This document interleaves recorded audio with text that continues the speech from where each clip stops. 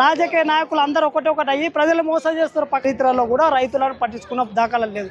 అందరెడ్డి కొత్త ముఖం అని నమ్మితే కూడా ఇప్పుడు పక్కా ప్రజలు మోసం చేసిన భవిష్యత్తులో కాంగ్రెస్ పార్టీకి ఓట్లు వేయరు, జనాలు నమ్మరు కూడా. అయితే సీఎం కాన్స్టిట్యున్సీలో మా కాన్స్టిట్యున్సీలే మా ప్రజలు మెచ్చుకోవట్లేదు పాలన. ఇంకెవరు మెచ్చుకుంటారు? రాజేంద్ర ఒకరు, బండి సంజయ్, ధర్మపుర అరవింద్, వీళ్ళు ముగ్గురు సీఎం క్యాండిడేట్. మిగతా వాళ్ళు ఎవరు ఇవి మార్చుకోవాలి. రేవంత్ రెడ్డి పాలన ఈరోజు తెలంగాణ ఏర్పడ కూడా ఆంధ్ర పెత్తందారుల రోడ్ల కాంట్రాక్టర్ విషయంలో కూడా తెలంగాణ వాదులకు ఎవరికి ఇవ్వలేదు. మెజారిటీ ఆంధ్రోళ్ళకి ఇచ్చారు. ఇలా బిల్లులు చిన్న కాంట్రాక్టర్ బిల్లులు కూడా రావటం లేదు. మొత్తం ఆంధ్రోళ్ళ బిల్లు అనేది ఇమీడియట్గా అవుతా ఉన్నాయి. కాబట్టి ఇక్కడ అప్పుడైనా వాళ్ళ పాలన నడుస్తున్నది. ప్రజలు కూడా మారాల్సిన అవసరం. రేవంత్ రెడ్డి గారు మీ పరిపాలన బాగాలేదు, మీరు మార్చుకోండి. మీరు ఇచ్చిన హామీలను నెరవేర్చలేదు, మాటలు చెప్పుడు తప్ప మీ ఏ పనులు కూడా ముందుకు పోవటం లేదు. ఖచ్చితంగా తెలంగాణలో భవిష్యత్తులో కూడా కాంగ్రెస్ పార్టీ పునాదులు కదిలిపోతాయి ఇక్కడ కూడా, ఎందుకంటే వాళ్ళ పనులు బాగాలేవు. ఫ్రీ బస్ ఎవరికి అవసరం అని ఇప్పుడు రాజకీయ నాయకులు ఎంత కుట్ర అంటే ప్రజలకు రాజకీయం నేర్పకుండా, ప్రజలకు అవగాహన లేకుండా ఫ్రీ బస్ ఇచ్చి ఇది ఇస్తామని చెప్పి రాజకీయ నాయకులు అందరూ ఒకటి అయ్యి ప్రజలు మోసం చేస్తారు. పక్క తెలంగాణ కావచ్చు, ఎక్కడైనా కావచ్చు. ఇది ప్రజలకు గమనించాలా. మీరు ఓటు అమ్ముకోవడం వల్ల ఇది జరుగుతూ ఉన్నది.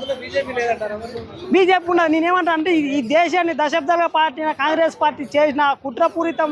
ఇప్పుడు ప్రతి పార్టీ మూలలో వచ్చి, ఎందుకంటే ఫస్ట్ నోటు చేసిన తప్పుకు ఎన్నుకున్నా కూడా ఏం చేస్తారు, ప్రజలు ఎలా మా చేయాలంటారు. కాకపోతే కొద్దిగా బీజేపీ నెక్స్ట్ వీళ్ళంతా హామీలు అడ్డగోలు హామీలు ఇచ్చే పార్టీ కాదు. ఇవాళ మిగతా రాష్ట్రాలు చూడండి, రాజస్థాన్ అక్కడ చూడండి ఎంత పరిపాలన బాగున్నది. కాకపోతే ఇక్కడ ఈ తెలంగాణ రాష్ట్రంలో తప్పుడు తరక రాజకీయం ప్రజలకు తెలియక నడుస్తూ ఉంది.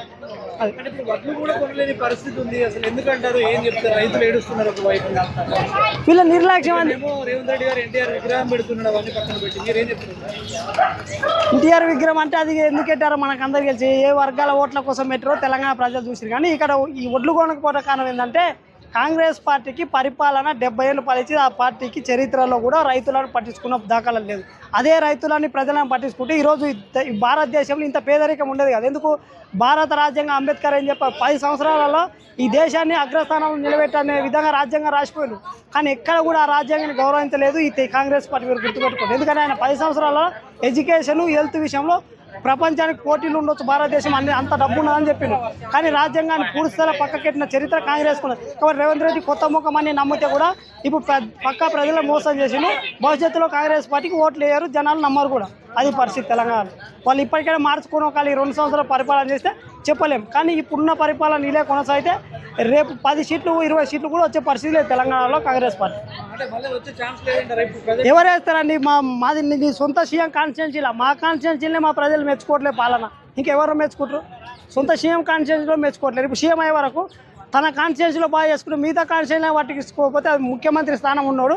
అటు మొత్తం అన్ని కాన్స్టిట్యున్సీలో ఒక తండ్రిలాగా భావించాలి ముఖ్యమంత్రి అని. మీకు కానీ ఎవరు ముఖ్యమంత్రి ఉంటే వాడిని కాన్స్టిట్యున్సీ కేసీఆర్ ఉంది, కేసీఆర్ డెవలప్ చేసుకుంటారు. రేవంత్ రెడ్డి అంటే ఇక 119 ఎమ్మెల్యే ప్రతి ఒక్కసారి ముఖ్యమంత్రి అయినప్పుడు వాళ్ళ కాన్స్టిట్యున్సీలో వాళ్ళ పనులు చేసుకుంటున్నది తెలంగాణ రాష్ట్రంలో. అంటే తప్పుడు తలక రాజకీయం నడుస్తున్నది. ప్రజలు మారకపోతే ఈ నాయకులు ఇలాగే ఉంటారు. ఇక్కడ మీడియా ఏం చేస్తుంది? రేవంత్ రెడ్డి చెప్పవచ్చు, మీడియా చూపించవచ్చు. కానీ గ్రౌండ్లో ఉండాలి కదా. ఇప్పుడు రాజకీయ నాయకులు ఎప్పుడైనా నేను గెలుస్తాను చెప్తారు, ఎవడైనా యుద్ధం పోయినప్పుడు నేను ఓడిపోతాను ఎవడు ఓడు. కాకపోతే వాళ్ళ హైప్ క్రియేట్ చేయడంలో ఒక ప్రజల్ని కార్యకర్తల ఉత్సాహం పెంచడానికి తప్ప అందులో ఏం రియాలిటీ లేదు గ్రౌండ్లో. కాబట్టి గ్రౌండ్లో ప్రజలు ఒప్పుకున్నప్పుడు ఆయన ఎన్ని మాటలైనా ప్రజలు యాక్సెప్ట్ చేయరు కదా. అది పరిస్థితి Telangana Congress party. BJP party పరిస్థితి ఎలా ఉంది తెలంగాణ? బీజేపీ ఇంకా ఒక 6-7 మంత్లో బీజేపీ హైలైట్ కాబోతున్నది. ఇక్కడ అమిత్ షా గారు ఖచ్చితంగా దృష్టి పెడితే ఏ రాష్ట్రం అనేది కైవసం చేసుకోవాల్సింది. నెక్స్ట్ ఆంధ్రప్రదేశ్ను కూడా ఈ 2 పార్టీలను తీసేసి నెక్స్ట్ బీజేపీ కూడా ఎలా పాగవేయాలో అమిత్ షా గారు చూసుకుంటారు. ఫస్ట్ తెలంగాణ ఖచ్చితంగా దృష్టి సాధించబోతున్నారు అమిత్ షా గారు. ఒకవేళ నిజంగానే బీజేపీకి అట్లాంటి పరిస్థితి వస్తే అసలు సీఎం క్యాండిడేట్ ఎవరు? చాలా ఇష్యూస్ ఉంటాయి బీజేపీ లోపల, ఏం చెప్తారు? చాలా మంది సీఎం క్యాండిడేట్ ఇష్యూస్ ఉన్నాయి. కానీ చెప్పండి, సీఎం ఒకవేళ బీజేపీ వస్తే సీఎం అయ్యేది ఎవరు అసలు తెలంగాణ? మొన్నసారి అయితే ఈటల రాజేంద్ర గారికి చేశారు. సో ఈటల రాజేంద్ర ఒకరు, బండి సంజయ్, ధర్మపుర అరవింద్, వీళ్ళు ముగ్గురు సీఎం క్యాండిడేట్. మిగతా వాళ్ళు ఎవరు? బీసీలకి ఇస్తామని ఒక ప్రధాన అంశాన్ని ముందు పెట్టుకున్న బీజేపీ. కాబట్టి వీళ్ళ ముగ్గురే ఉండొచ్చు ఎవరో ఒక అభ్యర్థి. అది ఎన్నికల తర్వాత చెప్పలేము. ఎందుకంటే వీళ్ళ ముగ్గుట్లో ఎవరో ఒకరు ఉంటారని ప్రజలు అనుకుంటా ఉన్నారు. ప్రజలు కూడా కోరుకుంటున్నారు వాళ్ళ ముగ్గుట్లో ఎవరో యాక్సెప్ట్ చేసే విధంగా ఉంది. తెలంగాణలో వస్తుందంటారా ఎప్పటికైనా బీజేపీ? ఖచ్చితంగా వస్తుంది. ఎందుకంటే బీజేపీకి బలం ఉన్నది. కాకపోతే కొంతమంది నాయకుల వల్ల బీజేపీ పెరగటం లేదు అంతే. ఆ నాయకులను అమిత్ షా గారు సర్చ్ చేస్తే ఖచ్చితంగా బీజేపీ ఇక్కడ బలపడుతుంది. ఈ 2 బీఆర్ఎస్ పార్టీ గత 10 సంవత్సరాలు అవినీతితో కూడుకున్న పరిపాలన అందించింది. కాకపోతే ఇప్పుడు కేసీఆర్ని ఏమన్నారు రేవంత్ రెడ్డి గారు, నీ గడీలా నీ కోట కడతా నీ జైలు వేస్తాను కదా, వాళ్ళందరూ కలిసిపోరు. వ్యాపారవేత్త రాజకీయ నాయకులు కలిసిపోరు. కాబట్టి ప్రజలు ఏమైంది, అరే నాయకులు ఎవడో వచ్చినా మమ్మల్ని పట్టించుకోరు, వాడు వీని తీరుతారు ఎవడు ప్రోడక్ట్ కూడా అమ్ముకుంటే ఎలక్షన్ వచ్చే వరకు అనేది ప్రజలకు తెలుసు. కానీ కేసీఆర్ రేవంత్ రెడ్డి వేరు కాదు, వాళ్ళిద్దరు కూడా ఒకటే. ఎందుకంటే వాళ్ళ అగ్రకులాల వ్యక్తులు కాబట్టి మేమే అధికారంలో ఉన్న ఆలోచిస్తున్నారు. కాబట్టి బీసీలు అందరూ కూడా మేల్కొన్నారు, ఎస్సీ ఎస్టీలు కూడా మేల్కొన్నారు. కాబట్టి రేపు ఈ వర్గాల ప్రజలే నాయకత్వం వహించే అవకాశం ఉంటుంది. రేవంత్ రెడ్డి ఎన్ని కళలు కన్నా కేసీఆర్ కళలు కన్నా అది ఉట్టిది. ఎందుకంటే వీళ్ళు అమరవీరులను కూడా పట్టించుకోలేదు, ఈ కేసీఆర్ కావచ్చు రేవంత్ రెడ్డి కావచ్చు. కాబట్టి ప్రజలు ఎవరు నమ్మే పరిస్థితి లేదు, వీళ్ళకి మాటలతో వాళ్ళు చేసేట్లు ఏమీ లేదు.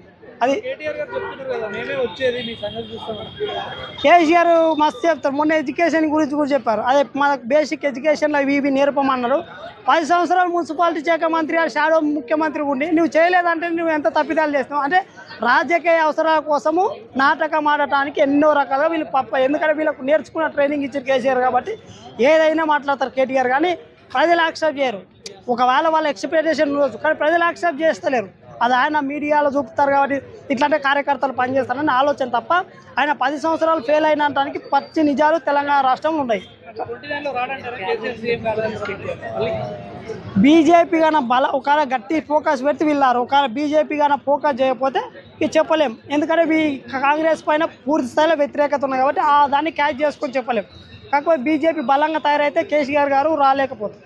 ఇద్దరులో ఎవరు బెటర్ అంటే ఏం చెప్తారు? ప్రజెంట్ ఉన్న ఎక్స్ సీఎం ప్రజెంట్ సీఎంకి ఏంటి అంటే రేవంత్ రెడ్డి గారు కేసీఆర్ అంటే కొద్దిగా రేవంత్ రెడ్డి కొద్దిగా అన్నిట్లో ఫ్రీడమ్ ఉన్నది. కాకపోతే కేసీఆర్ అంటే ప్రతి శాఖని హ్యాండిల్ చేసే విధంలో టాప్లు ఉన్నారు. ఎందుకంటే ఆయన సీనియర్ రాజకీయ నాయకుడు కాబట్టి ఏ ప్రభుత్వ యంత్రాంగం ఎలా నడిపేయాలంటే ఆయన తెలుస్తుంది. కాకపోతే వీళ్ళు ఏం చేశారంటే మార్కెటింగ్ చేసుకుంటారు. కాంగ్రెస్ పార్టీ వచ్చేంతా మార్కెట్ చేస్తూ ఉన్నారు. తెలంగాణ రాష్ట్రంలో అంతా ఎక్కడ భూములు ఉన్నాయి, కేసీఆర్ అన్ని కొల్లగొట్టారు, సో మేము ఎట్లా కొల్లగొట్టాలన్న ఆలోచనతో ఉంటుంది తప్ప వాళ్ళు ప్రజలకు హామీలు ఇచ్చినాం, మీరు నెరవేర్చాలి హామీలని.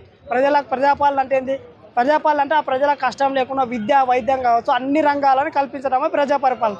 కాకపోతే వీళ్ళు ఏంటంటే భూములు ఎక్కడెక్కడ ఉన్నాయని వెతుకుతూ ఉన్నారు, గూగుల్ సెర్చ్ చేస్తూ భూములను అన్ని కబ్జా చేస్తారు. వాళ్ళకి బేకైన రియల్ ఎస్టేట్ కంపెనీలకు వేరే సాఫ్ట్వేర్ కంపెనీ పేరు చెప్పి అలా 100 ఎకరాలు ఇచ్చారు అనుకో, దాంట్లో 50 ఎకరాలు కంపెనీకి ఇస్తారు, 50 ఎకరాలు దొంగతనం చేస్తారు. ఇది కేసీఆర్ చేసి ఇప్పుడు వీళ్ళు కూడా చేస్తారు. కాబట్టి ఇక ప్రజలు మారకపోతే ఈ రాజకీయ నాయకులు ఇలాగే చేస్తారు.